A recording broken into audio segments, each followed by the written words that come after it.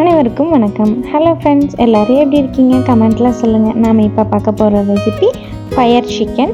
அதுக்கு நாம் fresh prepared masala வச்சு தான் செய்ய போகிறோம். வாங்க எப்படி செய்யறதுன்னு பார்க்கலாம்.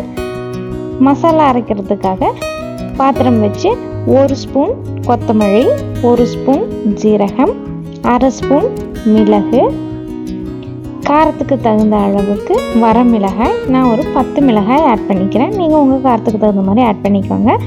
கலருக்காக காஷ்மீரி சில்லி இருந்ததுன்னா அதுவும் ஆட் பண்ணிக்கோங்க. அடுத்தது 4-5 ஏலக்காய், ஒரு பெரிய துண்டு பட்டை, 7 கிராம்பு, 8 முந்திரி, 10 பாதாம் ஆட் பண்ணி நல்லா வறுத்து எடுத்துக்கலாம். மசாலா பொருட்கள் எல்லாமே நல்லா வறுபட்டு வரணும். கொத்தமல்லி ஜீரமெல்லாம் வறுபட்டுருச்சுன்னா லைட்டாக வெடிக்கும். அது வரைக்கும் நம்ம நல்லா இதை மிக்ஸ் பண்ணி கொடுத்துட்டே இருக்கணும். அப்படியே விட்டுட்டோன்னா அடியில் இருக்கிறது மட்டும் கருகிடும். அதனால பார்த்து நல்லா வறுத்து எடுத்துக்கோங்க.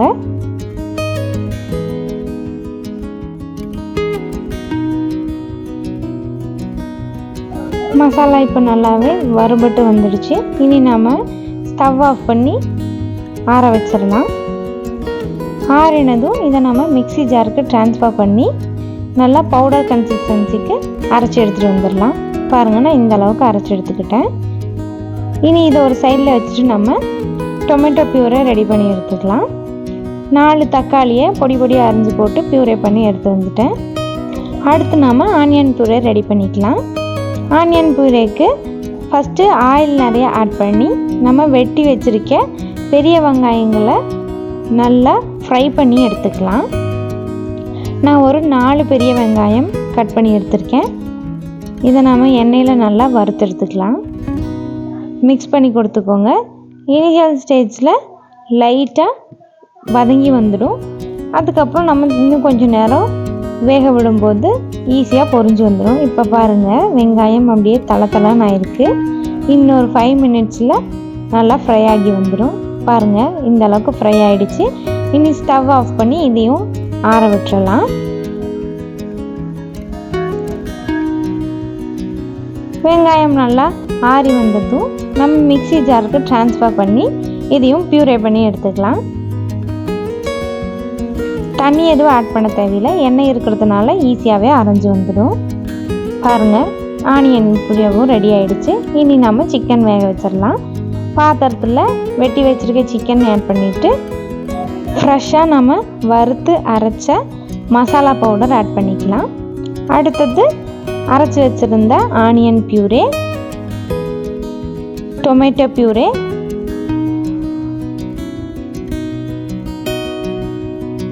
இஞ்சி பூண்டு பேஸ்ட் ஒரு 2 ஸ்பூன் அளவுக்கு ஆட் பண்ணிக்கலாம்.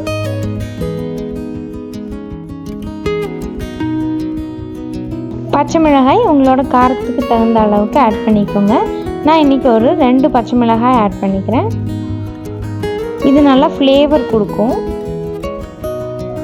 அடுத்தது ஒரு கப் அளவுக்கு தயிர் ஆட் பண்ணிக்கலாம். சிக்கன் தயிர்லேயே ஃபுல்லாக வெந்து வரப்போகுது. நம்ம தண்ணி எதுவும் ஆட் பண்ண போகிறதில்ல. தயிர் ஆட் பண்ணும்போது சிக்கன் ஈஸியாகவே தண்ணி விட்டு வந்துடும். அடுத்தது சிக்கனுக்கு தேவையான அளவு உப்பு, ஒரு கைப்பிடி அளவுக்கு கொத்தமல்லி, கொஞ்சமாக கஸ்தூரி மேத்தி எடுத்து நல்லா கையிலேயே கசக்கி விட்டு உள்ளே ஆட் பண்ணிக்கலாம். கஸ்தூரி மேத்தியோட ஃப்ளேவர் சிக்கனில் அவ்வளோ அருமையாக இறங்கி வரும். அடுத்து நம்ம மசாலா பொடி ஆட் பண்ணிக்கலாம். ஒரு 1/2 ஸ்பூன் அளவுக்கு மஞ்சள் தூள், காரத்துக்கு தேவையான அளவு மிளகாய் தூள், கலர் பொடி நான் ஒரு 1/4 ஸ்பூன் ஆட் பண்ணிக்கிறேன். நீங்கள் கலர் பொடி வேண்டாம்னா அதை மட்டும் ஸ்கிப் பண்ணிக்கோங்க. இதை நம்ம நல்லா மிக்ஸ் பண்ணி கொடுத்துக்கலாம்.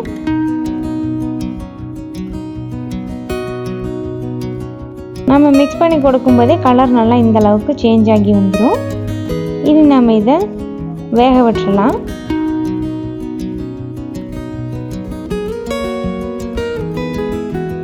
பத்து நிமிஷம் கழித்து பார்க்கும்போது பாருங்கள், சிக்கனில் எந்த அளவுக்கு தண்ணி விட்டு வந்திருக்குன்னு.